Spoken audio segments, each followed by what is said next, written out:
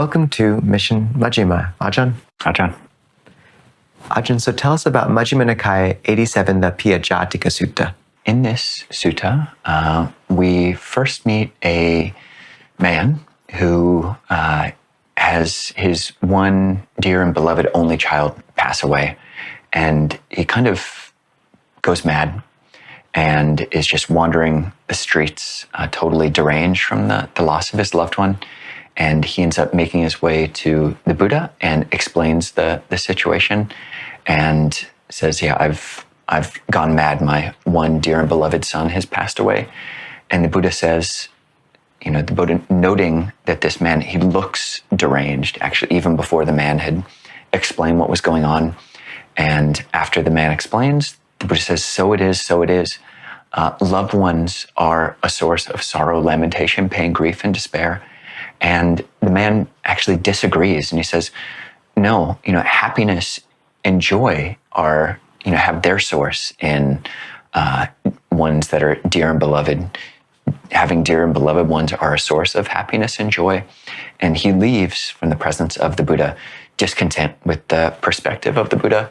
And then just going not far from where the Buddha was, he meets this group of gamblers. And then, I guess in his deranged state, feels like they would be a good, accurate assessment of, right seeing. And he says, I just went to see the Buddha. The Buddha explained it this way, but actually I say that one's loved ones are a source of happiness and joy, not of sorrow, lamentation, pain, grief, and despair. What do you think? And the gamblers are all like, no, the Buddha's wrong.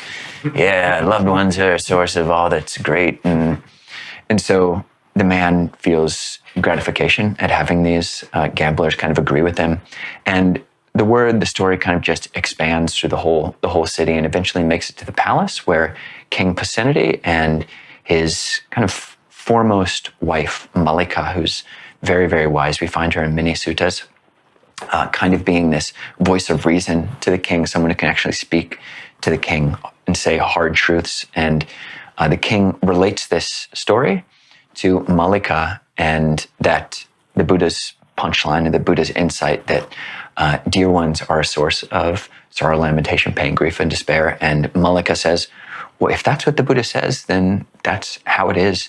And King Pasenadi kind of agreed with the gamblers and agreed with the man that that's not how it is. Loved ones are a source of joy and happiness, and is really put out by Mallikā and sends her away. And Mallikā then gets one of her servants to go and ask, or a minister to go and ask the Buddha, is that really what you said? And what did you mean by that?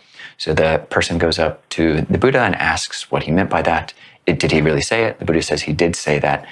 And what does he mean? And the Buddha gives quite a few, maybe a dozen or so different examples of how having loved ones or relating in this kind of endearing, sweet way can be a source of sorrow, lamentation, pain, grief, and despair. So suppose there was a woman whose mother died. Wouldn't she grieve sorrow, lamentation, pain, grief, and despair? Yes. So too if her father died, or her brother, or her husband, or her kids. So too with a man, if his mother died, or if his father died, or if his wife died, or his children died. And so too, and this is a pretty graphic example that the Buddha gives. Suppose there was a woman and man who were in love, and then her parents tried to give her by arranged marriage to someone else. And then the man who loved her originally actually kills her and saws her body in two and commits suicide himself, based on the sorrow, lamentation, pain, grief, and despair that arose from his attachment to this woman, kind of like a ancient Romeo and Juliet story, which ends horribly. And so servant hears this, hears the logic of it, takes it back to Queen Mallikā, and she wants to convey this insight to King Pasenadi. And some time has passed, and she kind of just asks King Pasenadi, so what do you think if your daughter died, how would you react? And he said he'd be totally devastated. Okay, what if your other queen, this other queen that you have, if she passed away, how would you feel? The King Pasenadi says, I would be totally devastated. Mm-hmm. What if this general of yours, very close general, passed away? Devastated. What if I Mallikā passed away? How would you feel? Devastated. What if the kings of your own kingdom, if it was to be destroyed. And similarly, he admits that he would be destroyed. And so too, she brings home the point that from what is dear springs sorrow, lamentation, pain, grief, and despair. And then he is inspired. He's able to hear through her logic the truth of what the Buddha is pointing to there. And he, has his hands anointed, gets his hands wet, and says, Namo tassa bhagavato arahato sama sambuddhassa, homage to the Blessed One, the Noble One, the perfectly enlightened one, 3 times, just as we do at the beginning of chants. And that's the end of the sutta. So King Pasenadi beginning to have faith. So Ajahn, what would you like to draw out of this sutta? So this discourse, as you noted, really gets to the heart of how we hold each other in the Buddha's dispensation. And the crux of the discourse focuses on one word which can mean very good things, but piya, which means dear. And in the way the Buddha's using it with this man who's bereft, the dear ones, the ones we hold dear, are ones we really kind of cling to. And when the Buddha says these are the source of sorrow, lamentation, pain, grief, and despair, and the man disagrees, they're echoing a debate which is somewhat perennial, which has gone on for eons and probably will continue to, with how do we hold those we love. And there's a fascinating sutta called the Contemplation of Dyads in the Sutta Nipata, where the Buddha says, what the noble ones hold as truth, the world holds as false. What the noble ones hold as pleasure, the world holds as pain. What the noble ones hold as false, the world holds as true. What the noble ones hold as pain, the world holds as pleasure. So just this inverse of how the world thinks of things. And then I loved how you pointed out the gamblers, not the best people to speak to, but perhaps symbolically important. When we tie our hearts to an individual, we're gambling. They will, and the house always wins in the end. Sorrow, loss, death will take them from us. But there is a different way of holding love. And the Brahma Viharas, these states of loving kindness, metta, loving kindness, compassion, rejoicing, equanimity, these are how we hold love in a Buddhist context. And Ajahn Amaro talks about these as liberating love, not clinging love, not sort of feeding off of people, which is the piya motion of the heart, trying to cling. And it's worth noting the Buddha felt poignancy. This path doesn't turn us into dry automatons. There's a sutta after the Buddha's chief disciples have passed, Venerable Sariputta and Venerable Mahamoggallana, where the Buddha says, this assembly appears empty to me without those two. The other thing I'd like, and I think of it often as the difference between relationship as tangled strings and sympathetic resonance, which is where you pluck a string and then all the strings that are tuned the same will resonate alongside it in like a symphony. That's, I think, a dharmic way of relating. And the people I've met who are well practiced are the most loving people I've ever met, but they love all people.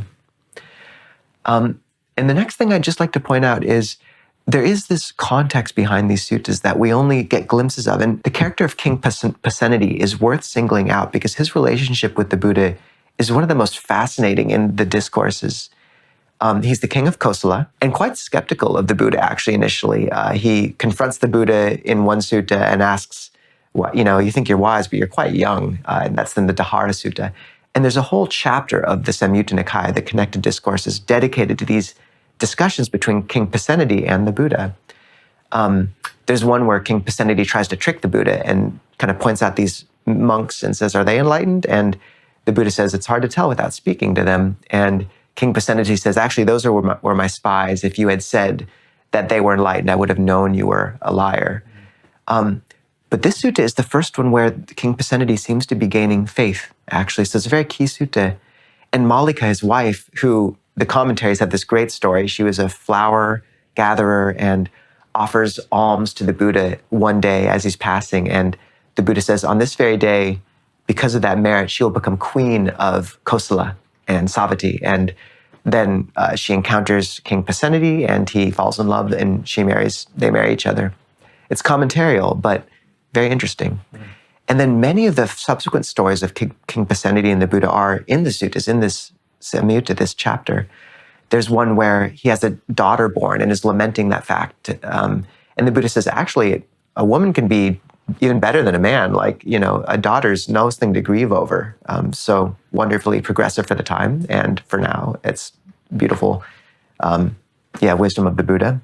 There's one where he's lamenting the death of Mallikā, and the Buddha counsels him through that. There's one, the first diet advice in history, perhaps, where the Buddha, in the Buddhist history, where the Buddha gives King Pasenadi advice for how to eat in moderation.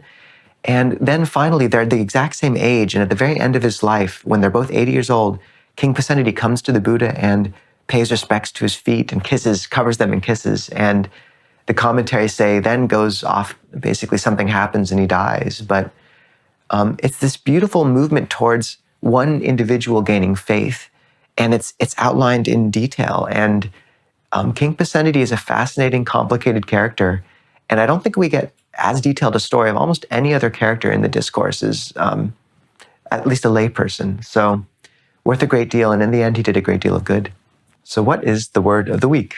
The word of the week is Piya, which means dear or beloved, and you find it in certain compounds like Piyajātika, which is sweet or dear eyes. We're encouraged to look at each other with eyes of kindness, eyes that are endearing. Piyajātika, Piyavāca, speech, which is endearing. And here the Buddha points to it as the cause of sorrow, lamentation, pain, grief, and despair. So there are different types of sweetness that we can bring and pay attention to. Sticky, sorrowful sweetness, and the good kind too. Exactly. And it's a common name as well. Priya is a very common Indian name. Well, let's focus on the good kind of sweetness and look at each other with kindly eyes. We'll see you in a few seconds for Zoom, and otherwise next week for Majjhima Nikaya 88. Ajahn.